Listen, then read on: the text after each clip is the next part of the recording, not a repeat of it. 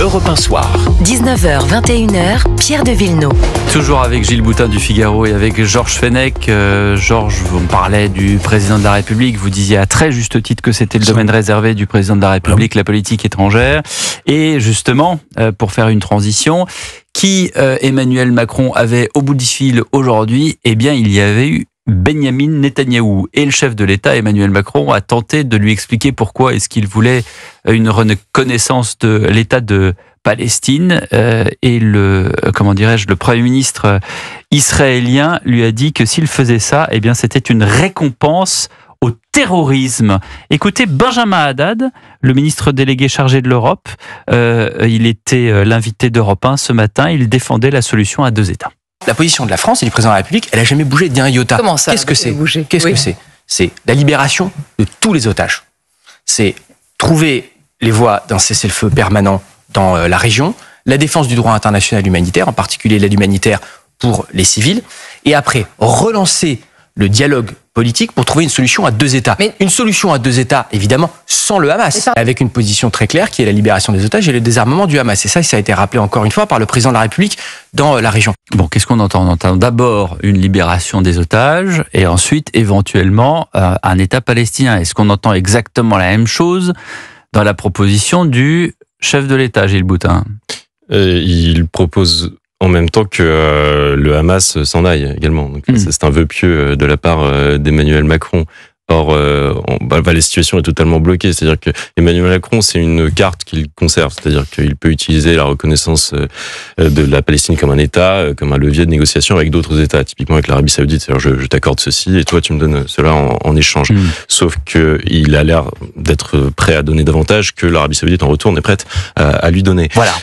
C'est ça qu'il faut dire. C'est que il y a l'Arabie Saoudite dans la boucle. Eh ben, il y a pas que ça. Enfin, tout est bloqué. Enfin, c'est-à-dire, dès qu'on analyse la chose, Israël n'en veut pas pour des raisons de sécurité, puisqu'effectivement, il y a le Hamas.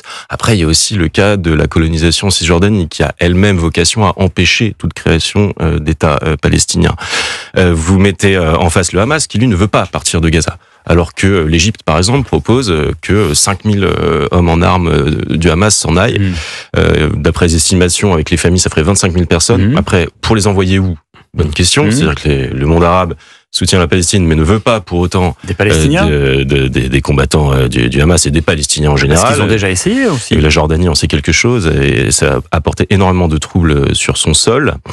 L'Arabie Saoudite, elle est bloquée parce que son opinion publique soutient la Palestine et le pouvoir doit ménager ses éléments les plus extrêmes, ce qui amène à l'éternelle conclusion que tout est bloqué et il est à se demander si donc Emmanuel Macron a réellement intérêt à jouer cette carte diplomatique de la reconnaissance ou en tout cas d'avancer encore beaucoup plus dans cette direction. Il devrait peut-être rester prudent. Georges Fenech, sur cette situation, sur ce Tetris géopolitique. Moi, je crois que c'était pas le moment, aujourd'hui, pour le président de la République, de mettre sur la table la question d'une solution à deux États, qui a toujours été la position française depuis toujours.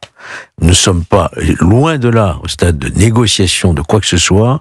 Il y a la guerre qui fait toujours rage, le Hamas n'est pas complètement démilitarisé, et nous avons une trentaine d'otages. Et notre président de la République vient dire, voilà, il faut tout de suite, là maintenant que l'Arabie Saoudite a envisagé, c'est pas le moment. Il a même demandé à monsieur Mahmoud Abbas, manifestement, que l'autorité palestinienne se réforme elle-même, comme ça m'a fait penser quand il est allé au Liban aussi, en disant je vais tout arranger. C'est un échec diplomatique de la France. Nous avons été sortis de l'Afrique de manière incroyable. Nous ne sommes plus crédibles dans le conflit ukrainien. Nous ne sommes plus crédibles nulle part vis-à-vis des États-Unis. On est perdant sur tous les tableaux. La voix de la France ne porte plus.